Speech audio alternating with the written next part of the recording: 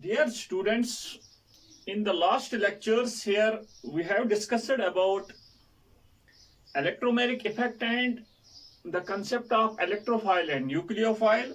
Now we are going to start a very important series of lectures about general organic chemistry, that is reaction intermediates. Before discussing reaction intermediates, there is an important topic, a very important concept, that is fission. What's meant by fission?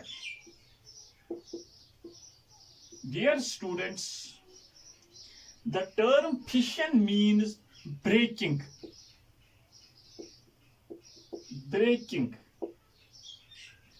In your syllabus, there is the fission, there is the topic fission of a covalent bond. That means if we are talking of a covalent bond, अगर हम एक covalent bond की बात कर रहे हैं, if we will use the term fission of a covalent bond, that means breaking of a covalent bond. Breaking of a covalent bond.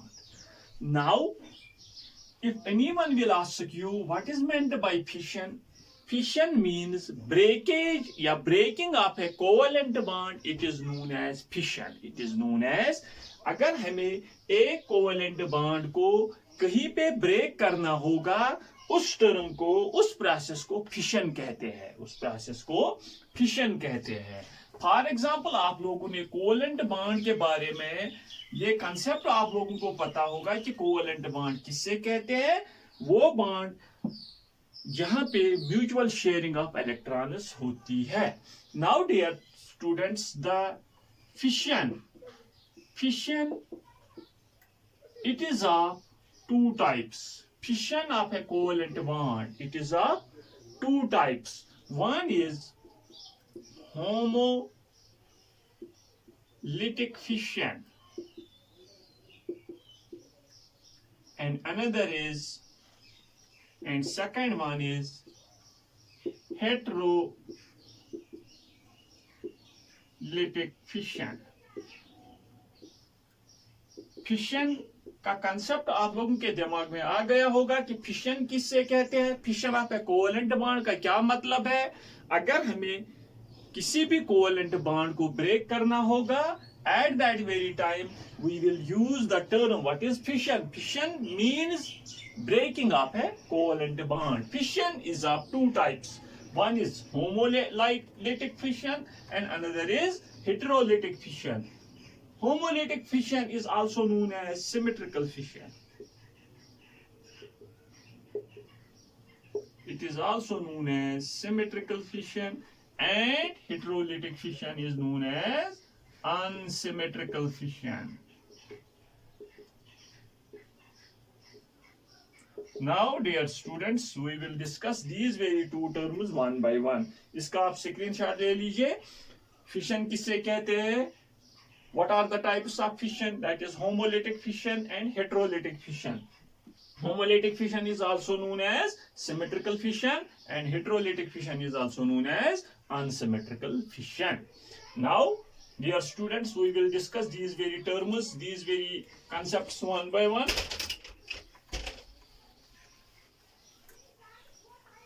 What is meant by homolytic fission? For example, dear students, मेरे पास दो atoms हैं A and B. A and B के बीच में ये एक covalent bond है. Covalent bond है.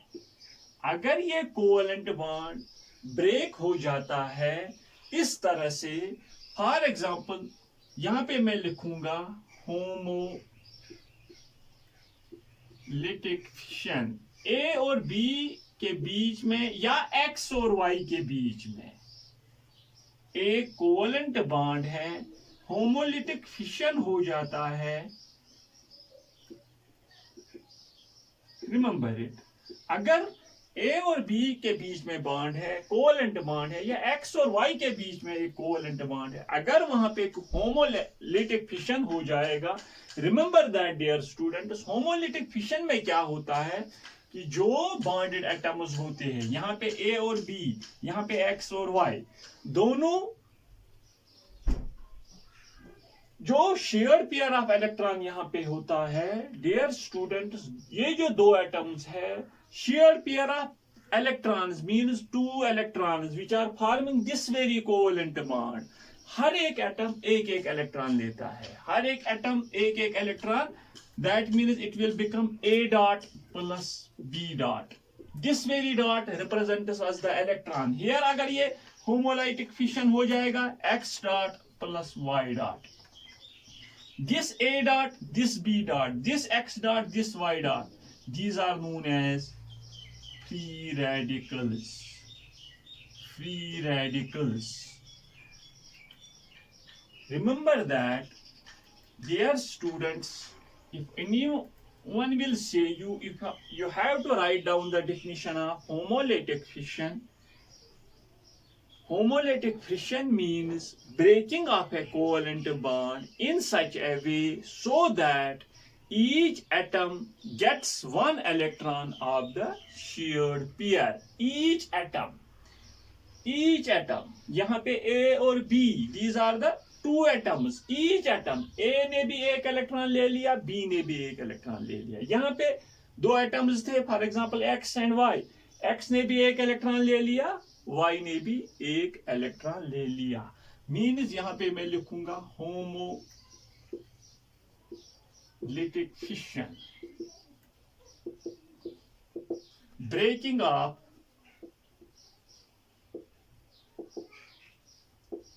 a CB means covalent bond in such a way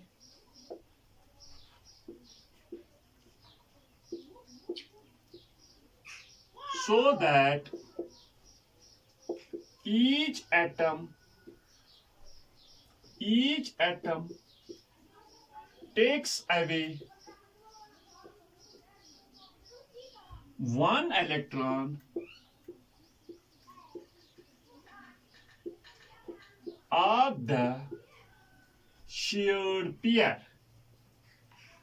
Shared pair means वही जो कोवेलेंट बॉन्ड था इन दो एटम्स के बीच में, ये इस तरह से ब्रेक हो गया ताकि दोनों ने एक एक इलेक्ट्रॉन ले लिया. शेयर्ड पेयर में दो इलेक्ट्रॉन्स होते हैं.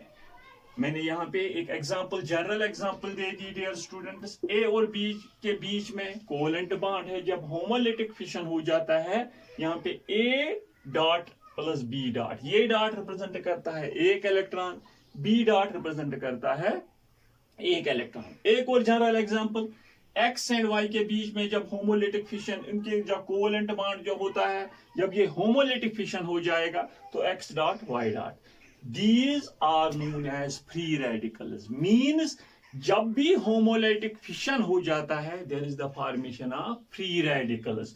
ये फ्री रेडिकल क्या होता है? ये एक केमिकल स्पीशीज होता है. What is a free radical? It is a chemical species which contains an unpaired electron. इसे कहते हैं एक unpaired electron. हाँ, शाबाश. यहाँ पे भी ये unpaired electron है, यहाँ पे भी ये unpaired electron है, यहाँ पे भी ये unpaired electron है. Free radicals are formed during the symmetrical fission or homolytic fission. Homolytic fission को ही symmetrical fission कहा जाता है. Remember that, dear students. For यहां पे मैंने ये general examples they the. For example मेरे पास एक पर्टिकुलर एग्जांपल मेरे पास है, इसका आप स्क्रीनशॉट ले लीजिए डियर स्टूडेंट्स. शाबाश. नाउ देख लीजिए dear students. Remember that very important about homolytic fission is that homolytic fission is favoured by. कब ये होगा? ये होमोलिटिक फिशन कब होगा? It is favoured by high temperature, UV light, ultraviolet light and radical initiators. For example, radical initiators में peroxides. Dear students, हम general organic chemistry discuss कर रहे हैं. जो ही हम हाइड्रोकार्बन्स या अरोमेटिक कंपाउंड्स डिस्कस कर यहाँ पे कर लेंगे, वहां पे भी मैं ये एग्जांपल्स लूंगा और वहां पे भी मैं थोड़ा थोड़ा यहाँ पे आप लोगों को एक्सप्लेन कर लूंगा. और 12th क्लास के लिए या जेई नीट के लिए मैं हैलोएल्केन्स, हैलोएरेन्स, अल्कोहल्स, फिनोल्स, ईथर्स और अदर ऑर्गेनिक कंपाउंड डिस्कस कर रहा हूं यहाँ पे. और वहां पे भी मैं इसका कंसेप्ट आप लोगों को दूंगा कि रेडिकल इनिशिएटर्स, पेरोक्साइड्स, ये मैकेनिज्म क्या है, रिएक्शन मैकेनिज्म, या अगर रिएक्शन मैकेनिज्म में हाई टेम्परेचर हमें डिनोट करता है तो मैकेनिज्म क्या होगा, या रिएक्शन मैकेनिज्म में हमें यूवी लाइट वो दिखाता है तो किस तरह से रिएक्शन मैकेनिज्म, किस तरह से मैकेनिज्म होगा रिएक्शन का. डियर स्टूडेंट्स, इतना याद रख लीजिए, अगर होमोलिटिक फिशन होगा तो होमोलिटिक फिशन किन कंडीशंस में होता, what are the conditions under which homolytic fission takes place. एक चीज होती है, अगर वहां पे ज्यादा टेम्परेचर है, या हम यूज कर रहे हैं यूवी लाइट, अल्ट्रावायलेट लाइट, या हम रेडिकल इनिशिएटर्स को यूज कर रहे हैं. और एक चीज याद रख लीजिए, जो कोवेलेंट कंपाउंड होना चाहिए वो नॉन पोलर कोवेलेंट बॉन्ड होना चाहिए. That means dear students, remember that homolytic fission takes place when there is a non-polar covalent bond and the conditions are shabash at high temperature, UV light or radical initiators. इन तीनों में से कोई भी शाबाश या तो रेडिकल इनिशिएटर होगा, या तो यूवी लाइट, या तो हाई टेम्परेचर. मीन्स अगर हम किसी भी नॉन पोलर कोवेलेंट कंपाउंड को, नॉन पोलर कोवेलेंट कंपाउंड उसी कंपाउंड को कहा जाता है जिसमें नॉन पोलर कोवेलेंट बॉन्ड्स होंगे. अगर हमने किसी नॉन पोलर कोवेलेंट कंपाउंड को हाई टेम्परेचर के साथ ट्रीट कराया, या यूवी लाइट के साथ ट्रीट कराया, या किसी रेडिकल इनिशिएटर के साथ ट्रीट कराया, peroxide, benzoyl peroxide, hydrogen peroxide, किसी रेडिकल इनिशिएटर के साथ ट्रीट कराया, एट दैट वेरी टाइम वहां पे क्या हो जाएगा, एक होमोलिटिक फिशन हो जाता है. होमोलिटिक फिशन में क्या हो जाता है, there is the formation of free radicals. There is the formation of free radicals means वहां पे एक सिमेट्रिकल फिशन हो जाएगा. एक एग्जांपल मैं यहाँ पे आप लोगों को दूंगा. आप लोग इतना याद रख लीजिए कि होमोलिटिक फिशन किसे कहते हैं. होमोलिटिक फिशन उस फिशन को कहा जाता है, उस ब्रेकेज को कहा जाता है, या breaking of a covalent bond को कहा जाता है, जहां पे हर एक एटम एक एक इलेक्ट्रॉन शेयर्ड पेयर का लेता है. हाँ, शाबाश. फॉर एग्जाम्पल, एक फेमस एग्जाम्पल है chlorination of methane in the presence of sunlight, या what we can say UV light. chlorination of methane, chlorination of methane. मैंने ये भी कहा कि what are the conditions under which homolytic fission takes place. One is there must be the presence of either high temperature or UV light or radical initiators. और एक चीज होना चाहिए वहां पे, जो कंपाउंड होगा वो एक नॉन पोलर कोवेलेंट कंपाउंड होगा. मेरे पास CH4 है. Remember that dear students, non polar covalent compound. Methane is a non polar covalent compound because there is a non polar covalent bond between carbon and hydrogen. इस तरह से आप this, ये हालांकि it is tetrahedral in nature. CH4 की जो structure है it is tetrahedral. sp3 hybridisation है. कार्बन और हाइड्रोजन के बीच में नॉन पोलर कोवेलेंट बॉन्ड है. ये भी याद रख लीजिए, non polar covalent bond formation तब हो जाती है जब एटम्स के बीच में इलेक्ट्रोनेगेटिविटी डिफरेंस कम होती है. ये याद रख लीजिए. हाँ, शाबाश. क्लोरीनेशन ऑफ मीथेन यहाँ पे दिखाया गया है Cl2 in the presence of sunlight. Sunlight का मतलब है we are using UV light, we are using, there is the formation of, ये एक CH3Cl plus HCl. याद रख लीजिए. हालांकि यहाँ पे ये रिएक्शन फॉरवर्ड हो जाती है, फिर से CH3Cl Cl2 के साथ रिएक्ट कर पाता है, वहां पे CH2Cl। मैं ये एक यहाँ पे मतलब एक रिएक्शन का यहाँ पे इस वाले सेटअप का मैं आप लोगों को मैकेनिज्म बताऊंगा। इन द प्रेजेंस ऑफ सनलाइट यहाँ पे क्या हो जाता है, CH3 radical plus H radical की फॉर्मेशन हो जाती है, और यहाँ पे बिकॉज कार्बन और हाइड्रोजन के बीच में नॉन पोलर कोवेलेंट बॉन्ड है, और वहां पे ब्रेकेज किस तरह से हो जाएगा, this is CH, this is H, this is H और दिस इज H। यहाँ पे ये डॉट मतलब ये ब्रेक हो जाएगा, that is why CH3 dot plus H dot, ये Cl ये ब्रेकेज हो जाएगा, that is Cl dot plus Cl dot. हाँ शाबाश, यहाँ पे भी शाबाश, फ्री रेडिकल, ये भी फ्री रेडिकल, ये भी फ्री रेडिकल, ये भी फ्री रेडिकल। अब ये फ्री रेडिकल इसके साथ रिएक्ट कर पाता है, ये फ्री रेडिकल इसके साथ रिएक्ट कर पाता है, that is the formation of CH3Cl plus HCl means यहाँ पे इस वाले सेटअप का मैंने आप लोगों को कहा कि किस तरह से ये मैकेनिज्म है, दिस इज द मैकेनिज्म। हालांकि होमोलिटिक फिशन मैकेनिज्म आप लोगों को आगे वाली रिएक्शंस में, ऑर्गेनिक केमिस्ट्री में बहुत बार देखने को मिलेगा। क्लोरीनेशन ऑफ मीथेन एक स्टेप का मैंने मैकेनिज्म बताया, हालांकि यहाँ पे कार्बन टेट्राक्लोराइड की फॉर्मेशन हो जाती है, इससे पहले क्लोरोफॉर्म की फॉर्मेशन हो जाती है। मैंने सिर्फ एक का मैकेनिज्म यहाँ पे आप लोगों को सिखाया कि किस तरह से हो जाता है यहाँ पे homolytic fission.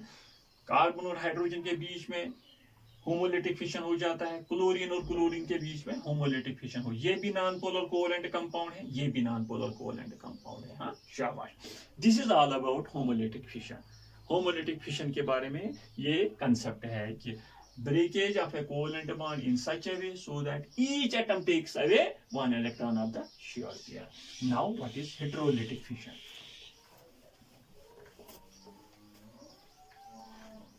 What is heterolytic fission? Same example, A और B, मेरे पास A और B के बीच में कोवेलेंट बॉन्ड है, लेकिन यहां पे अब क्या हो जाता है, जब मैंने यहां पे लिखा हेटेरोलिटिक फिशन में यहां पे क्या हो जाता है, A positive plus B negative, that means जो ये शेयर्ड पेयर ऑफ इलेक्ट्रॉन है, it is taken away by one of the atoms, जो दूसरा होगा उसके ऊपर पॉजिटिव चार्ज आ जाता है, जिसने इलेक्ट्रॉन्स को ले लिया उसके ऊपर नेगेटिव चार्ज आ जाता है। दैट मीन्स अगर ये A पॉजिटिव B नेगेटिव बन गया, B की जो इलेक्ट्रोनेगेटिविटी है वो इलेक्ट्रोनेगेटिविटी वो A से ज्यादा है, वो A से, अगर ये if it is A negative plus B positive, that means A की B से इलेक्ट्रो नेगेटिविटी ज्यादा है, tendency to attract the shared pair of electrons towards itself. Remember it, मैं यहां पे लिखूंगा heterolytic fission.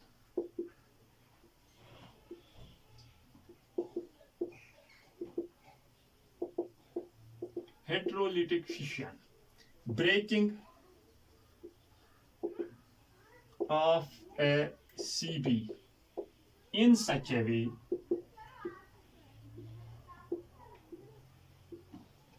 so that both the electrons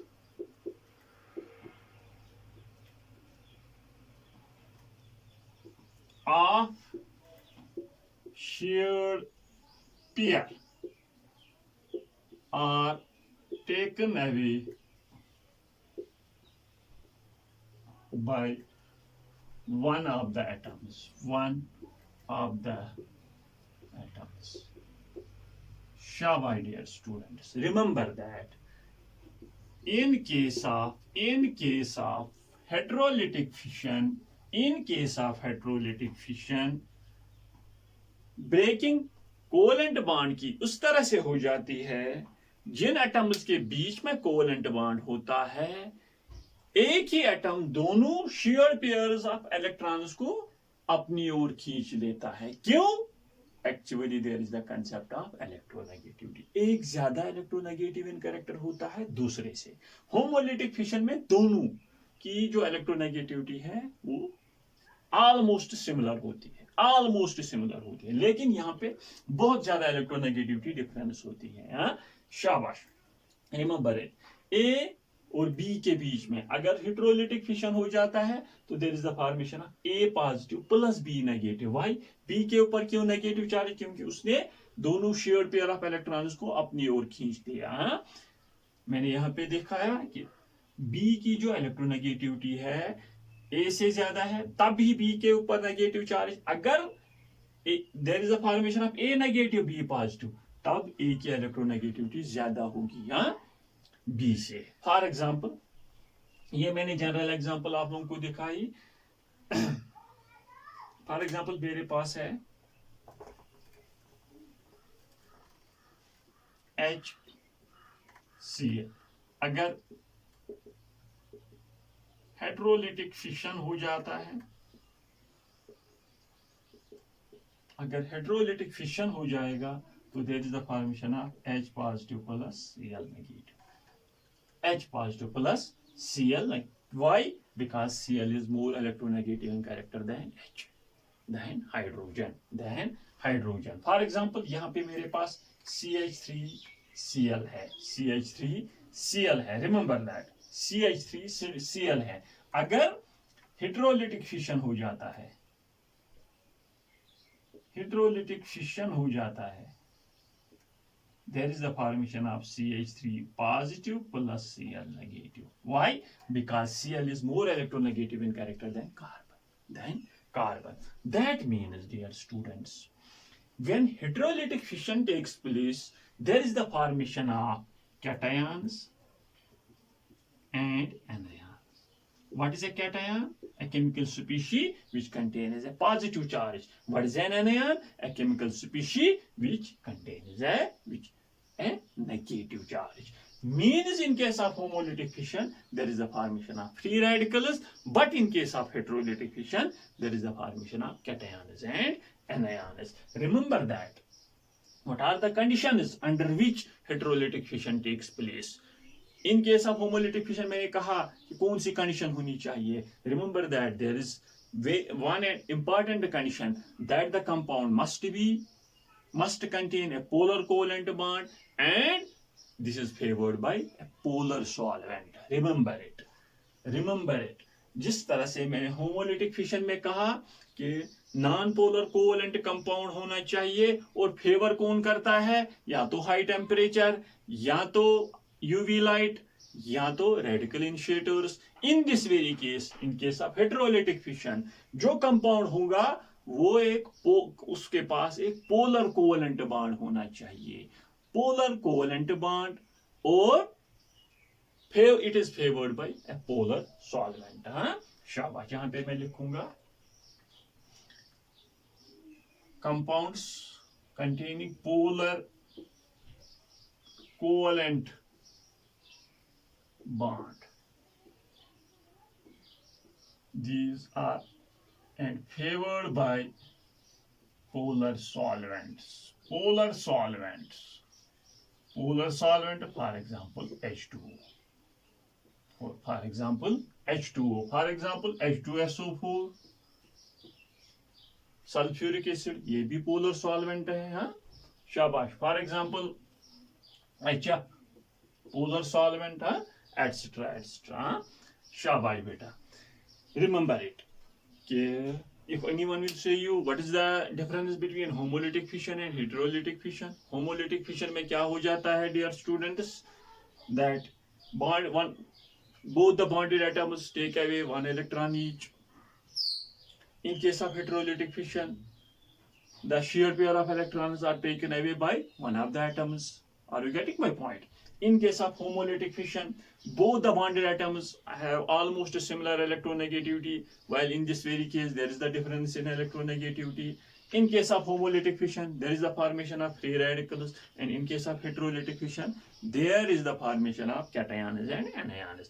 Homolytic fission is favored by high temperature, radical initiators, UV light, while as heterolytic fission is favored by polar solvents. It is favored by, it takes place in the presence of a polar solvent. It takes place in the presence of a polar solvent. और एक चीज, homolytic fission किन में होता है? Non polar covalent compounds में, while as heterolytic fission takes place in polar covalent compounds. That is all about related to, dear students, about homolytic fission and heterolytic fission.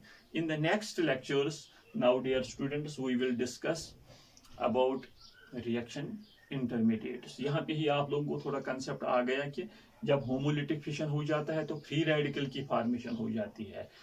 Carbon पे अगर ये free radical होगा तो carbon free radical, अगर यहाँ पे मैंने कहा हेटेरोलिटिक फिशन हो जाता है, there is the formation of cation and anion. अगर कार्बन के ऊपर पॉजिटिव चार्ज तो कार्बो कैटायन, अगर कार्बन के ऊपर नेगेटिव चार्ज तो कार्बो anion. Thus dear students, in the next lectures we will discuss about reaction intermediates, very important from any entrance examination point of view. तब तक के लिए all the very best.